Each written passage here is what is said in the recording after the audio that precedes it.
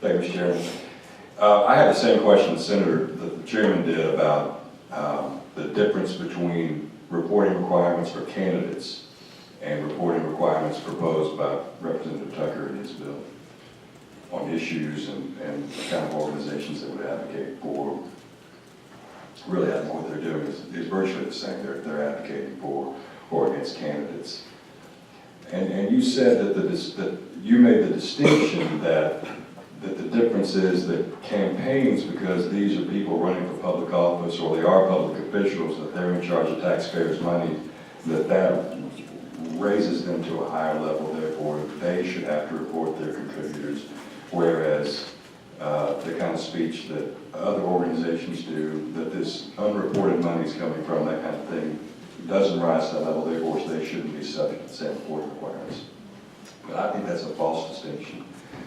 Because I think really what those candidates are doing is what they are doing is they are advocating for themselves during a campaign to return to public office, that kind of thing.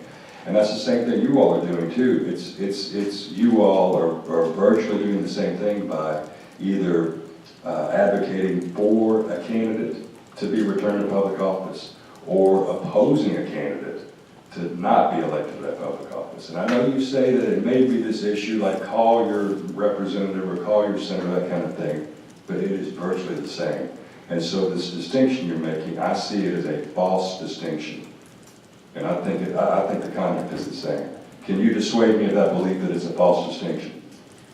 I would say that our call to actions have to have a specific issue that they cite, that we cannot, similar to the communications that you saw earlier, I would say that our legal counsel would say those fall within the realms of personal conduct versus policy. And I would also, 3 more things that we're currently under. If anybody gives me, our organizations, a donation specifically to engage in a race, so I want you to go and engage in this race, those contributions currently are supposed to be reported under existing law.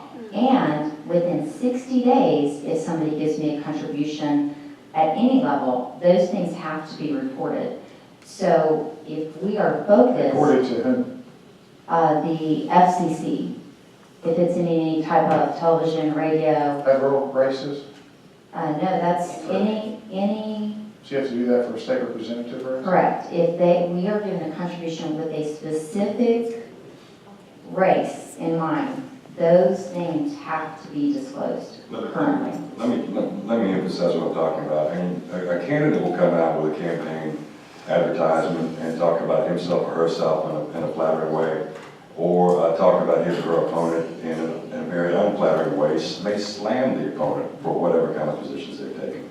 But the kind of advertisements that I see that we're talking about that would be subject to this bill are virtually the same. These advertisements will slam some candidate for public office and they'll say, call this person and tell them to straighten out their ways. I mean, it's basically the same thing.